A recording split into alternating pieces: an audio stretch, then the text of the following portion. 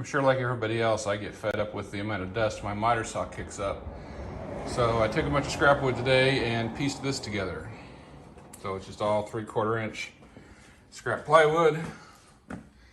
It's got about a 1-inch opening for the sawdust to go through. Got a space in the top for the blade to go into.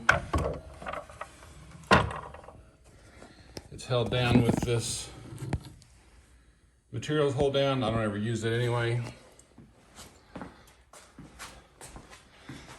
And I just measured out how much space I had between the slider and the back of the saw and made a box about that size. I had to take the original dust piece off, and then it's got this 4-inch dust port on the back that doesn't fit exactly, but a piece of duct tape around it, and it fits perfect.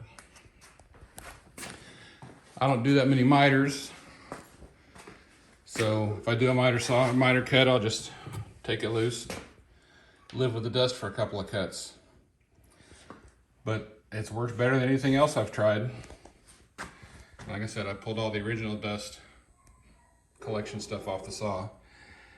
It doesn't interfere with the saw at all. Like I said, it works really good. I sanded that front edge of that to an angle so it kind of creates a ramp, doesn't kick the dust back at me.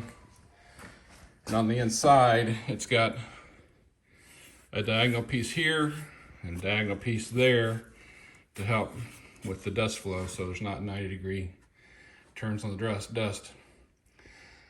I'll sit down and draw it up and sketch up, so if anybody else wants to make one, they'll have the layout. I thought I'd make a couple examples of seeing the dust collector box in use. For regular cuts, plywood and 2x4s, it does a really good job. For deep cuts, when you get, obviously the farther away from the box that you get, the more problematic the dust collection is going to be.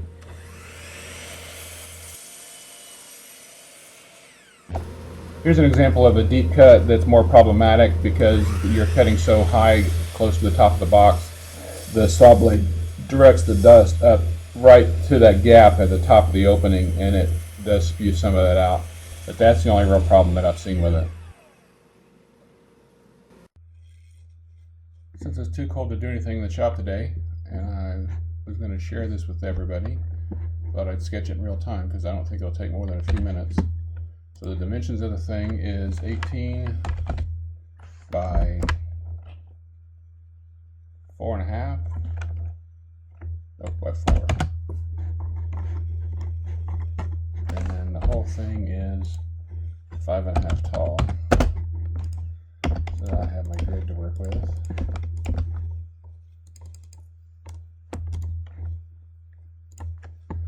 So the base plate is 18 by 4, and it's 3/4 inch plywood. And the top plate is 14.5. Throw that mark out there so I know where 14 is. And it is 3/4 inch. The end caps are inset. And they're 3/4 inch.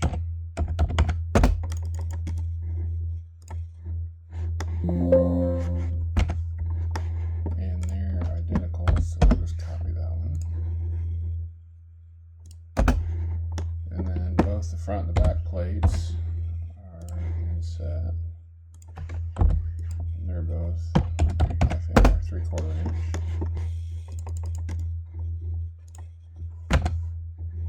They're identical.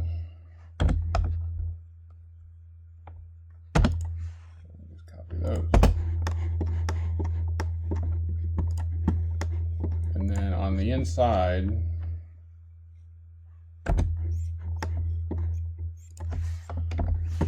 I'm just going to kind of freestyle this, but it's got a little angle piece in there like that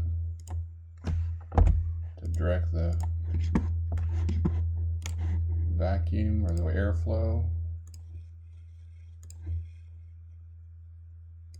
And they are 3/4 inch plywood also.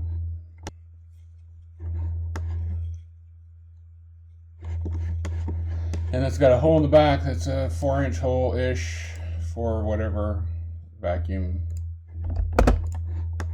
piece that I have. And then I just lined it up where I wanted it on the saw and cut the hole about right there.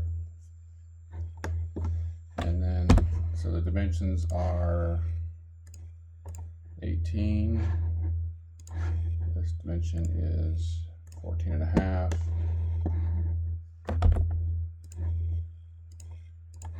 4 that way.